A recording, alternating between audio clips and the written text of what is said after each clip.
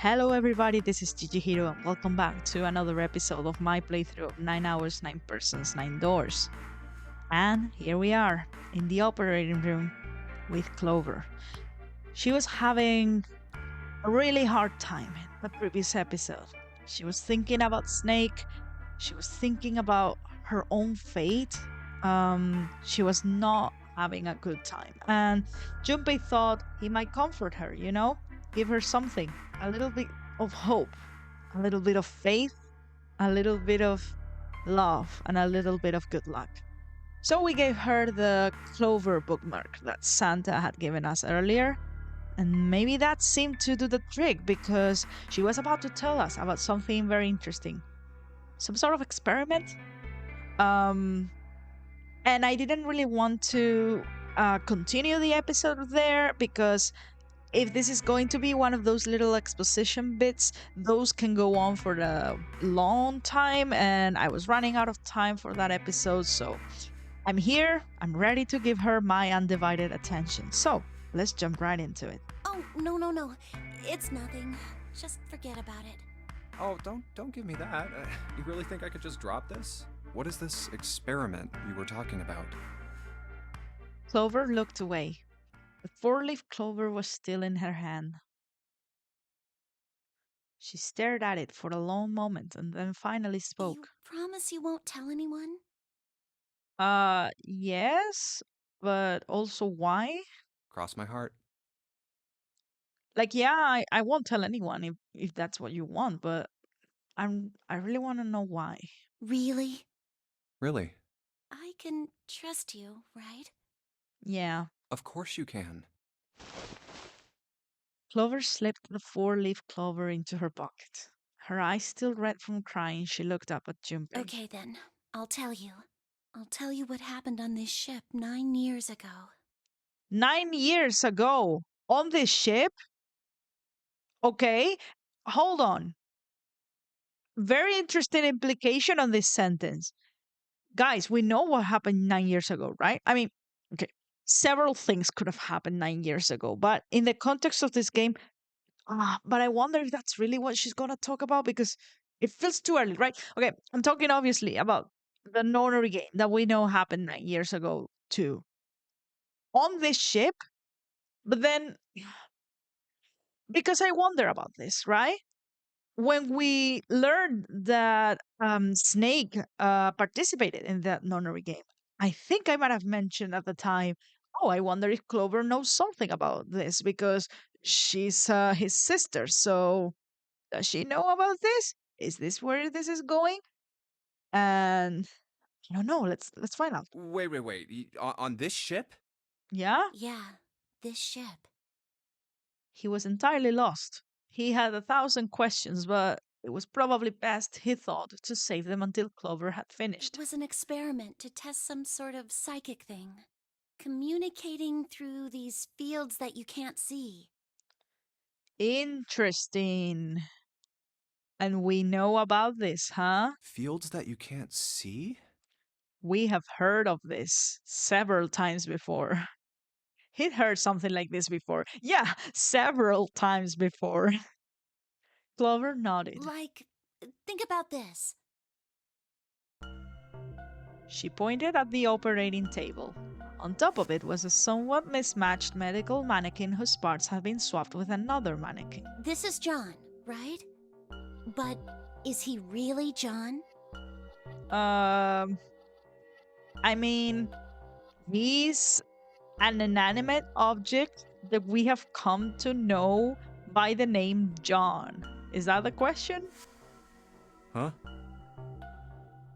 All Junpei could think was, she's finally completely lost it. No, she's going somewhere with this, obviously. Isn't this like Locke's socks? Locke's socks? Like the philosopher? Or the ship of Theseus? Oh, yeah, I know this one. The ship of Theseus. So, hold on. Locke's socks, the ship of Theseus, are they like the same? She's probably gonna explain this in a minute, but yeah. Parts that have been swapped, huh? I see where this is going. Junpei grew even more confused. Okay, so he doesn't know. He'd never heard of either of those things, although they sounded smart. You don't know? You haven't heard of those paradoxes? I've heard of the ship of Theseus. I had no idea there was something similar, like Locke's socks. No? Junpei shook his head. Really? Clover laughed. Okay, well, pay attention then. This is how Locke's socks works. Mm-hmm. Let's say I've got a pair of socks. They're my favorite socks. Oh, I can see where this is going already. Yeah, if it's like the ship of Theseus. One of them gets a hole in it. Yeah, What would you do if that was your sock, Junpei? I'd probably mend it. Patch it up, yeah. Well, I guess I'd patch it up, get some cloth, and close up the hole. Mm-hmm. But what if another hole opens? Yeah, I'd add another patch, I suppose. and then... What if another hole opened after that? Mm-hmm.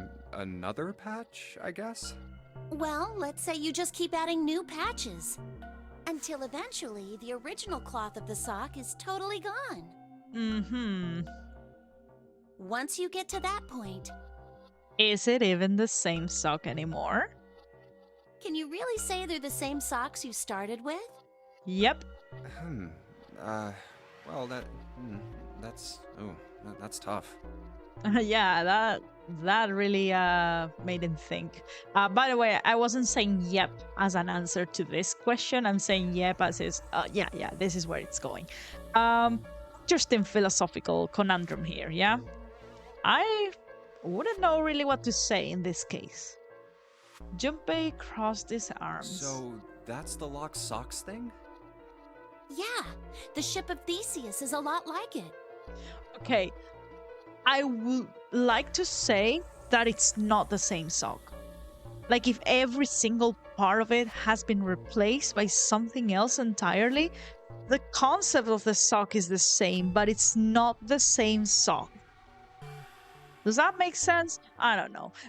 Better philosophers than me can probably put this more eloquently. And yeah, the ship of Theseus, same paradox. And also, you can add like after you remove all the parts of the original ship, what if you built another ship with those parts? Is that the ship of Theseus? Yeah. The ship of Theseus. If you keep fixing the damaged parts of a ship, Is it even the same ship? eventually it ends up with none of the parts it started with. Can you really say that ship is the same one you started with? And what if you took all the old parts from the first ship and built another one somewhere else? Yeah, this is what I was talking about. Exactly this. Then which ship is the real ship of Theseus? The one you repaired, or the one you built with all the original parts? Well, Junpei, what is it? It was an interesting question. Clover could see Junpei was intrigued. Hey, do you think it's the same? Right, and we're talking about these mannequins, okay? What's the same? I do wonder where this is going in terms of the whole morphogenetic fields and psychic connections between things. We'll see. These guys. Is this John, or is it Lucy now? Interesting question. So here's let me think about this. So I would probably say that this doll, I would call him John. And the reason is the head. And let me explain what I mean by that. It's a mannequin, right? Yeah, and it's like humanoid in shape and form, like everything, like every feature you can see, it's humanoid. And faces and heads and things like those. They're like, to me, like a core part of what represents the you. Because like with other body parts, yeah, like you can have an organ transplanted, you can lose a limb, you can't lose your head or your face. I mean, you could lose your face to like disfiguration and stuff, but the head itself, I'm not just talking about the physical features on the face, I'm talking about the head, with the brain and stuff. That's you. Like, there's a reason why we don't have brain transplants or head transplants. By the way, if that's something that interests you, there's a video I watched once. It's a bit it's not for the faint of heart, I guess. The one I watched wasn't even like that graphic. It was by Ted Ed, I believe, about experiments that they've done on like monkeys where a head transplant was attempted. Very interesting stuff, but also very dark stuff. Yeah. So the point is, I think I would still call this John, mostly because I am projecting human traits and physical qualities onto this doll, and the head is the big one that I can draw any sort of connection to my image of what a human being is. I don't know if that makes sense. Junpei looked at the operating table again. A mannequin full of body parts from a different body. Clover had been right. It was just like Locke's socks and the ship of Theseus. The part of the body that holds a person's identity is the head. See? This is what I was talking about. And Junpei seems to agree. Of course, for many hundreds of years, conventional wisdom had held that a man's identity resided in his heart, or any number of internal organs. Right, and this is something that's worth noting too. We haven't always had the same understanding of biology and stuff. And I think I remember that this heart, like the original pieces of John that we have here are the head, the heart, and this arm probably. Everything else belonged to Lucy, so you could probably make a case for any three of these parts, really. Like, why is it that your head is any more you than your arm, I mean, my personal opinion is that, well, I could lose an arm and still be me. I can't lose my brain and my head and still be me. So, and here they have both. John's head and heart are both his.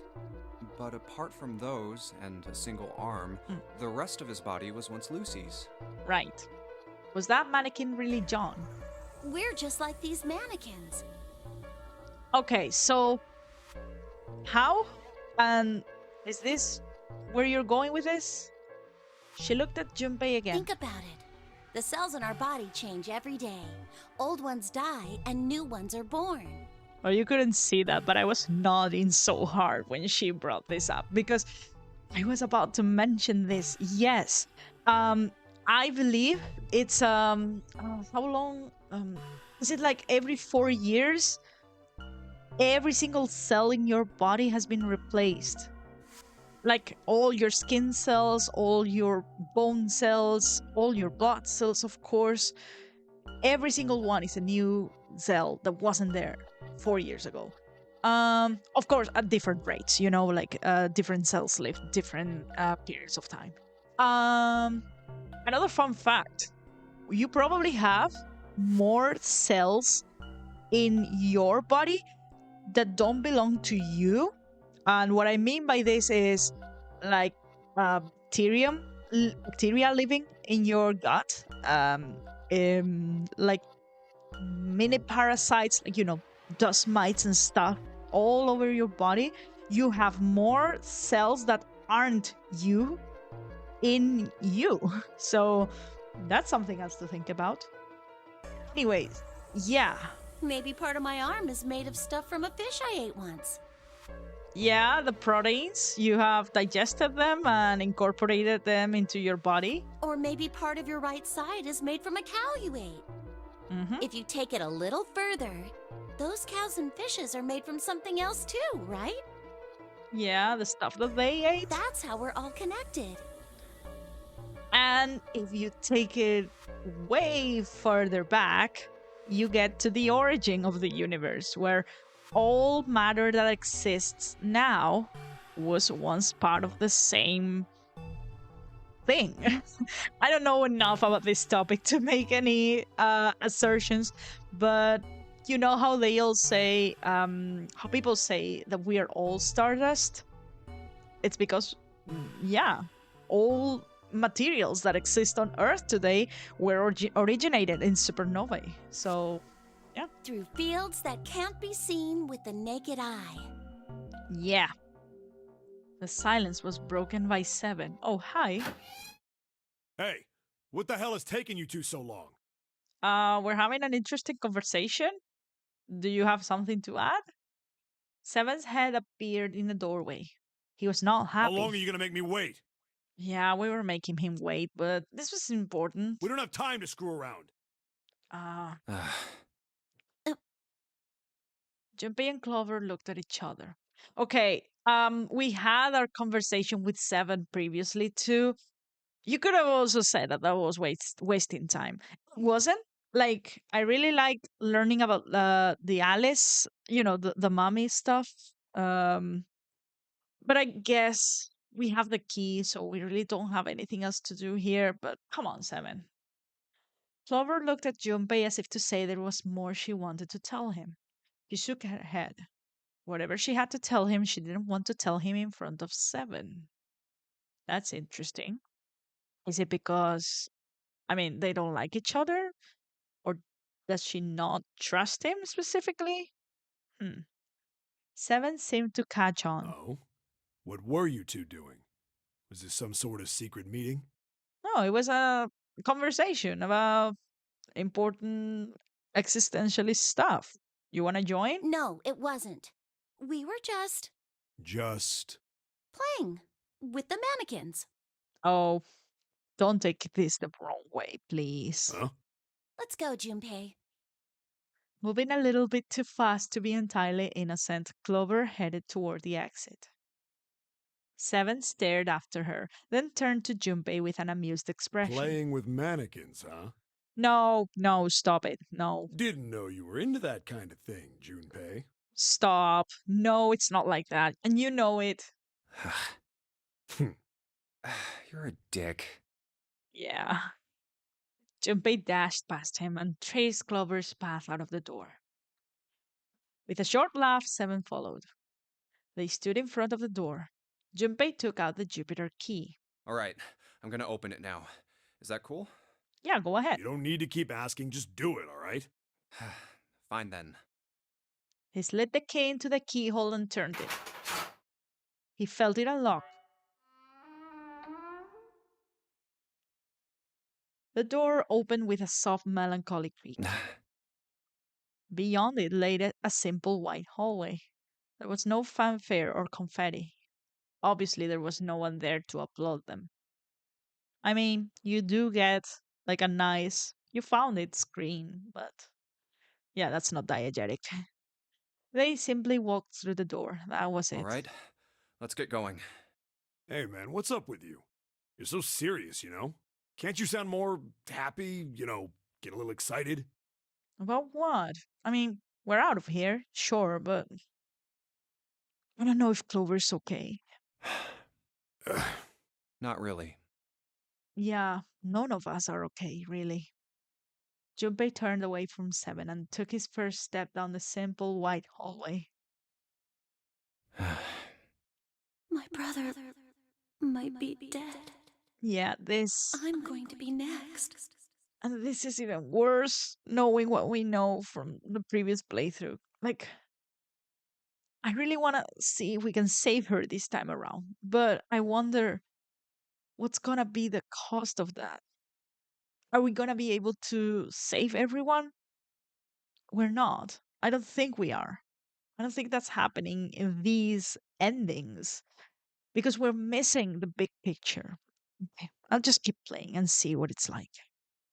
Clover had told him only a few minutes before that her brother was probably dead and she was likely to follow him.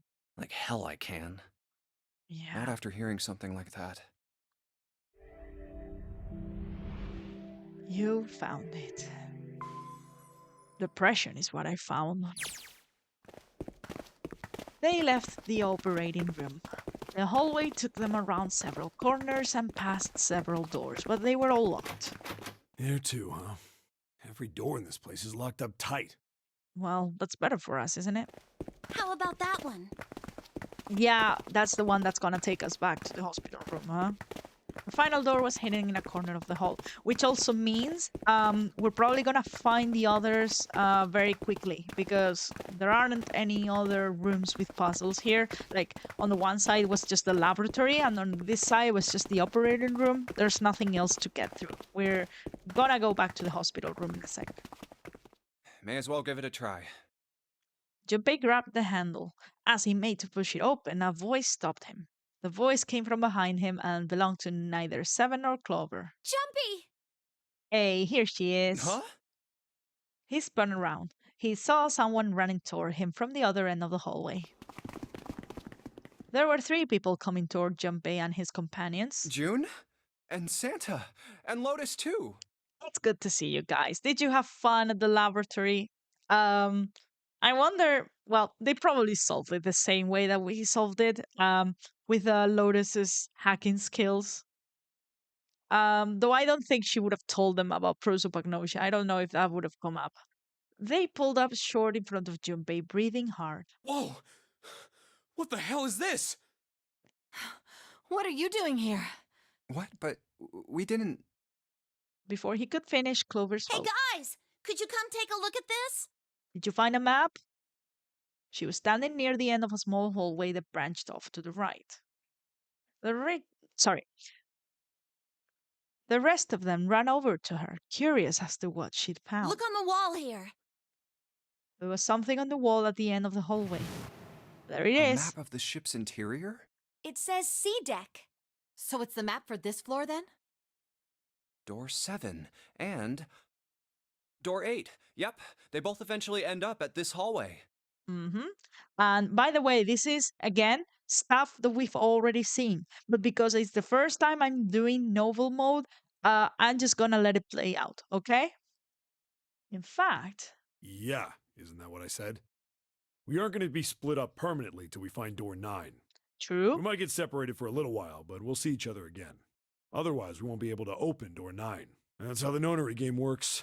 Mm-hmm. I see. Junpei looked at the map of the ship's interior again. Wait a sec. Hey, could this lead to. Yep, we're going back. And there's someone waiting for us there, isn't there?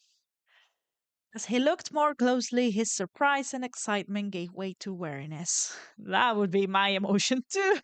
No, Junpei doesn't know anything is up with Ace, of course. This is just me reading too much into his words, Oh, antagonizing Ace on purpose, as I have done in this playthrough. It's just fun, you know? And as I said before, it's not that I hate him. I really like him as a character. I hate to love him and I love to hate him. That's ideally the relationship, the not the relationship, that's the emotion that villains should like make you feel, you know? You've got to be kidding me. One by one, the others saw what he'd seen. We may as well go. Yep. yeah. They moved as one for the door. Almost forgot. We should keep this. He pulled the map of the ship's interior off of the wall, put it in his pocket, and followed the others, and then proceed to never look at it again. Just kidding, it's here in the menu. Is it here already? No, it looks like we only have B deck. Probably after this dialogue. By the way, right, so we're here, but this is about to end, and then we'll find ourselves here. Got it. The 6 of them stood in front of the door, arrayed in a semicircle. Santa stepped forward. He took a hold of the door and spoke without looking back at the other 5. Ready? I'm gonna open it. Yeah, go for it. Slowly, all 5 nodded their silent assent. With a deep breath, Santa threw open the door.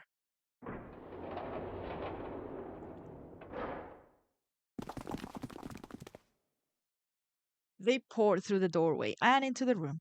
Even without looking around, each of them knew where they were. I knew it. Mm-hmm. They were just where the map said they would be. We're back. In the hospital room. Mm-hmm. I see. I believe I understand what you're saying. Ace, how are you doing, my guy? Did you have a nice nap? The 6 of you split into 2 teams and went through doors 7 and 8.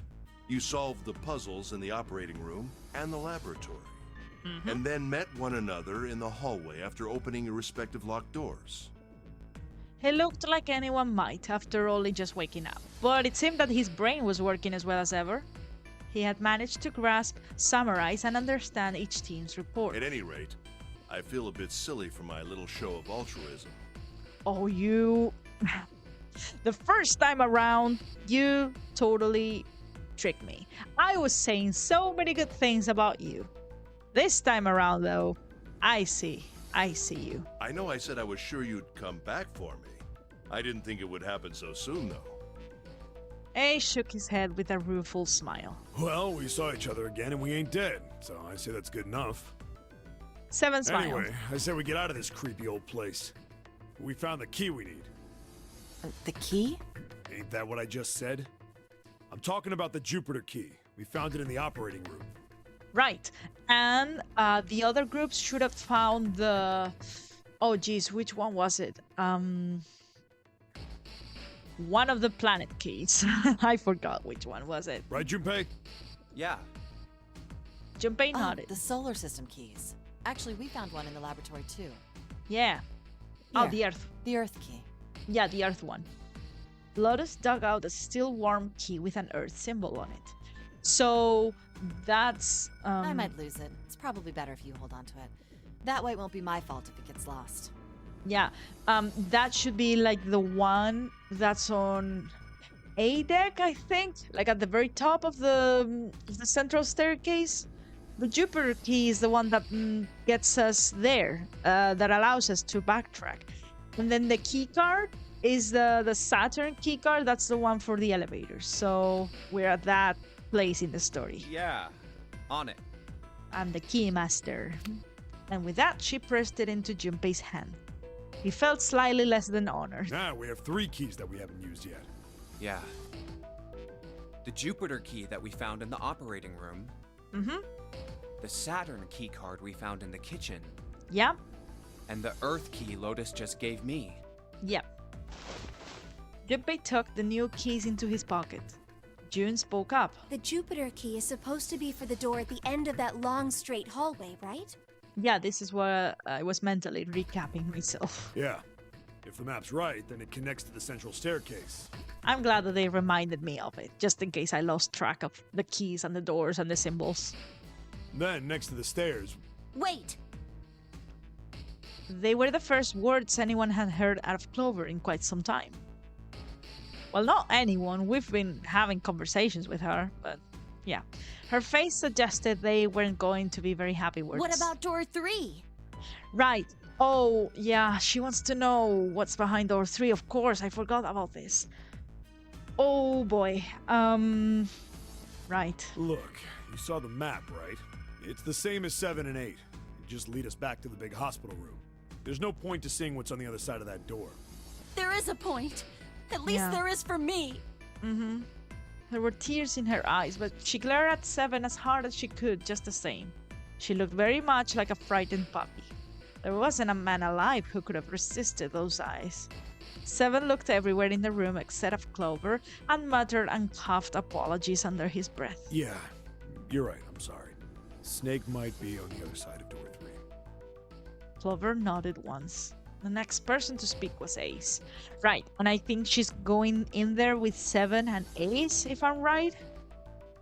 Very well. I'll be coming with you then. But I don't like that. I mean, I know at this point in the story he's not gonna do anything to her. I still don't like that. I've had a nice long rest. I think it's time I was up and about again. So, Seven, you'll help me, won't you? Yeah, Seven, please take good care of her. Huh? Me? I know that you've had your differences, but she needs you.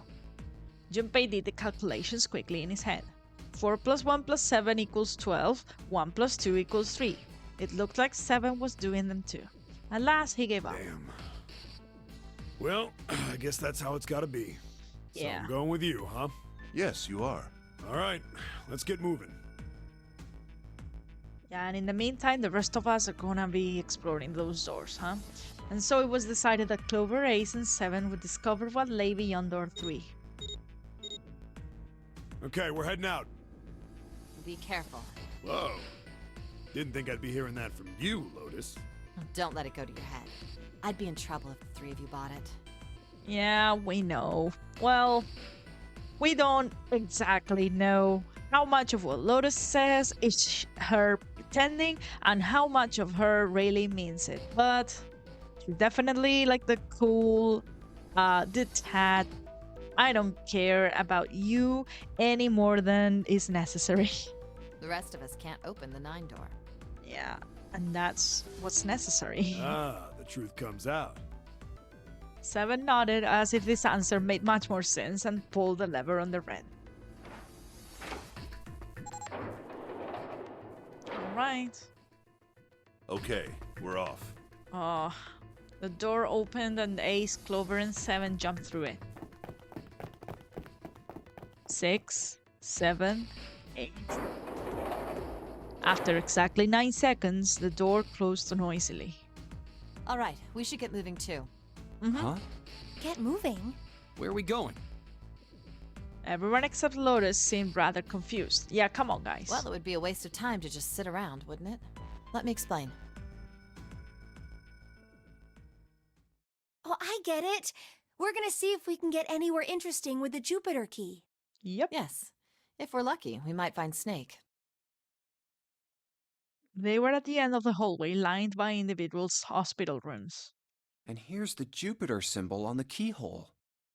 All right, Junpei, open it if you please. Yes, sir. Yeah, on it. Junpei pulled the Jupiter key out of his pocket and slid it into the keyhole. He twisted. With a nice sharp click, he felt the door unlock. Junpei sucked in a breath, held it, and opened the door as quietly as he could.